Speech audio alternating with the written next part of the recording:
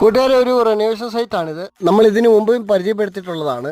ഇവിടുത്തെ ഒരു സംഭവം കാണിക്കാൻ വേണ്ടിയാണ് കൂട്ടുകാരെ. ഇത് മീറ്റർ ബോർഡിൽ നിന്ന് വന്നിരിക്കുന്ന വയറാണ്. ഈ കാണുന്ന മഞ്ഞ നിറത്തിലുള്ള വയർ കണ്ടോ, ഇത് ഫേസിന് വേണ്ടി അവരിട്ടിരിക്കുന്നതാണ്. അത് 6 സ്ക്വയറിന്റെ വയറാണ്. കണ്ടോ, ഇനി കണ്ടോ, നമ്മുടെ ന്യൂട്രലിൽ ഇട്ടിരിക്കുന്നത് 4ന്റെ വയറാണ്. കാണാൻ പറ്റുമോ എന്ന് എനിക്ക് അറിയത്തില്ല, ഒന്ന് സൂക്ഷിച്ച് നോക്കിയേ. 4ന്റെ വയറാണ് ഇട്ടിരിക്കുന്നത്. കണ്ടോ, ഇത് ചെയ്തവരുടെ കുറ്റം കാണിക്കാൻ വേണ്ടിയല്ല, ഒരു തെറ്റ് തിരുത്തുക എന്നതാണ് നമ്മുടെ ലക്ഷ്യം. കേട്ടോ കൂട്ടുകാരെ, ന്യൂട്രൽ വയറും ഫേസ് വയറും രണ്ടും ഒരേ ഗേജ് തന്നെയാണ് ഉപയോഗിക്കേണ്ടത്. രണ്ടിലും ഒരേ കറണ്ട് ആംപിയർ ആണ് ഒഴുകുന്നത്. ഫേസ് വയറിൽ കൂടി ഒഴുകുന്ന അത്രയും കറണ്ട് ആംപിയർ ന്യൂട്രലിൽ കൂടി ഒഴുകുന്നുണ്ട്.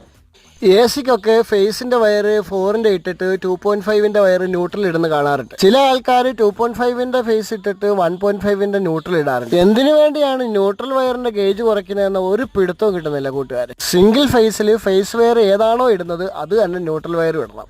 രണ്ട് വയറിലെ ഇലക്ട്രോൺസിന്റെ പ്രവാഹം ഒന്ന് തന്നെയാണ്. അതുകൊണ്ട് ന്യൂട്രലിന്റെ വയറിന്റെ ഗേജ് കുറയ്ക്കല്ലേ.